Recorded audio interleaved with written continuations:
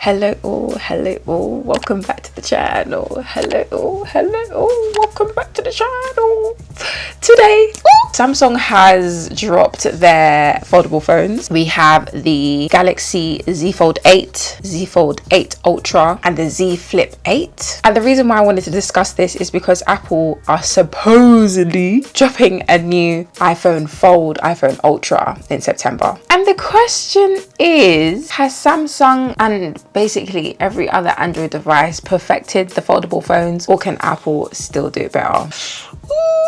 Let's discuss. Samsung have been refining their foldable phones for the longest, for literally 8 years, I think it is. Yeah, so much so I think I actually have the original. Bear with, this is their first foldable phone. As you can see, I dropped it. The durability of the foldable phones, I just don't know. But anyway, the crease is very much prevalent, intact. It doesn't like to stay open anymore. The software updates have stopped on this phone. Like, I barely use it. Certain apps, the keyboard doesn't even open properly. Like, she's been through it, do you know what I mean? She's seen better days. This was the first generation, so you can see how big like the borders are at the top and the bottom. Everybody hated it, but I think they fixed it in the next generation, if I'm not mistaken. So you can see how far we've come from this being the original to what we have now. The hinge is barely noticeable when you open it.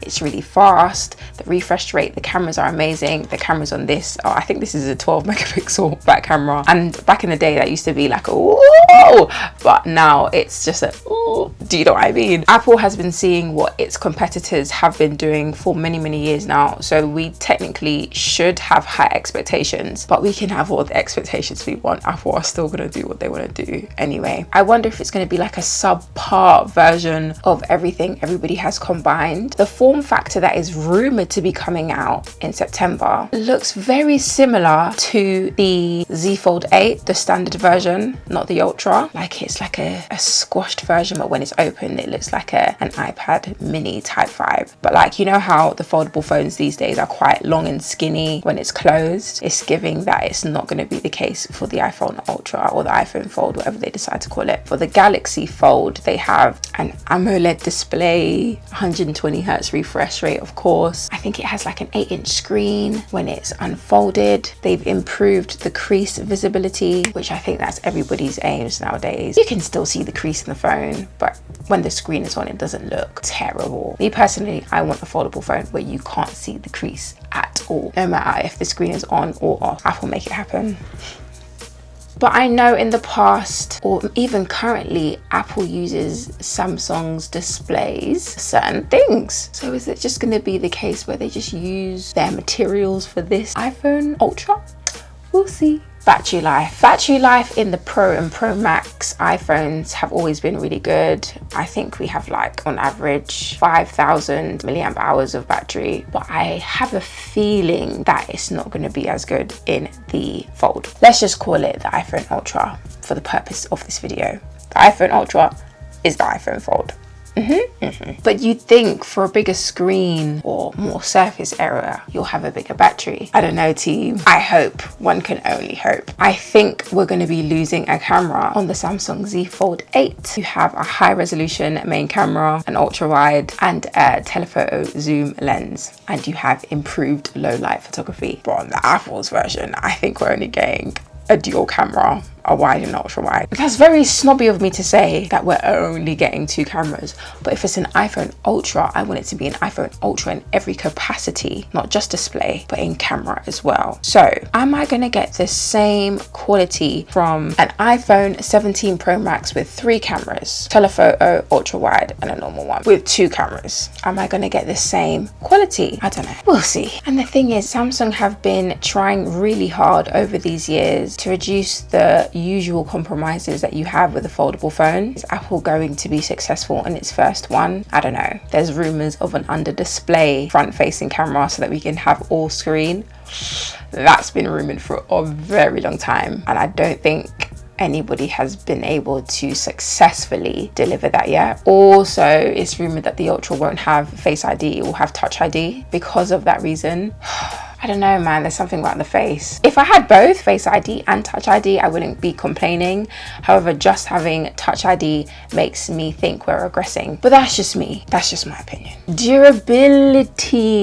Samsung have been improving the durability of their foldable phones for generations on generations now. I mean, this one, it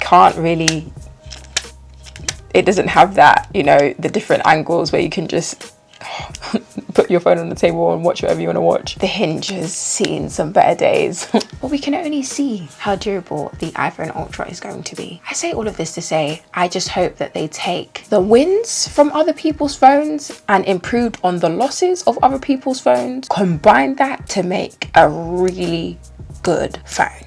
Do you know what I mean? In the past, when Apple is new to something in the market, it would do a good job, but not as good as the competitors, and still charge a lot of money regardless. So you're getting a subpar version of something, but it's got an Apple logo in it. So they're still charging you £3 million. Do you know what I mean? It makes me think of the battery pack that they have. You know, the £99 battery pack. Is it even 1,000 milliamp? How big is the battery even? Siri, how big is the battery on Apple's power bank? Apple has released 2 official MagSafe power banks. The original MagSafe battery pack with a 1460 mAh battery, and the newer iPhone Air MagSafe battery with a 3149 mAh battery. 3,000. What are we doing with 3,000 milliamp hours in 2026? Do you know what I mean? I just hope that the iPhone Ultra meets everybody's high expectations. It won't meet everybody's. That's asking for a miracle. However, the masses, the majority, you know, in order for Apple to actually win, Apple needs to have a smaller crease. They kind of do need to have a thinner design, even though I was looking at the Z Fold8 when it's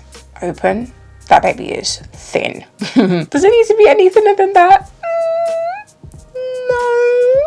But as long as it's durable, do you know what I mean? At the end of the day, when it's closed, it still needs to be comfortably in your pocket, in your bag kind of thing. And also, can they come out with some better cases for these things? I'm really sick and tired of these ugly cases for these foldable phones. If Apple managed to do that, I'm going to be a very happy customer. Anyway, they also need to have a premium build quality. I know on the Z Fold8, titanium is used in the structure as well. I have a feeling that titanium will also be used in the iPhone Ultra. It's in the iPhone Air, not in the Pro or Pro Max, but in the iPhone Air. Anyway, I digress. And it would also have to have excellent weight balance. Of course, when your phone is like this, when your phone is open, but especially when it's on the table, your tabletop mode, whatever you want to call it, you want it to have different viewing angles. And then the question is, team, will I get it? I feel like I have to get it for the plot, but having 2 cameras just feels like I'm going backwards. And the iPhone 18 Pro and Pro Max, they don't look that impressive based on the rumors that I've seen. I think I might get it for the plot, guys. I don't know, but that bad boy, I just wonder how expensive it's going to be. Let me know in the comments how expensive you think the iPhone Ultra is going to be. My bet is 2.2 grand. But yeah, guys, that's all I had to say. I'm really excited for the new drop. I think we are just over a month away from the Apple keynote. Definitely stay tuned. Don't forget to like, hype, subscribe, like, hype. Bye.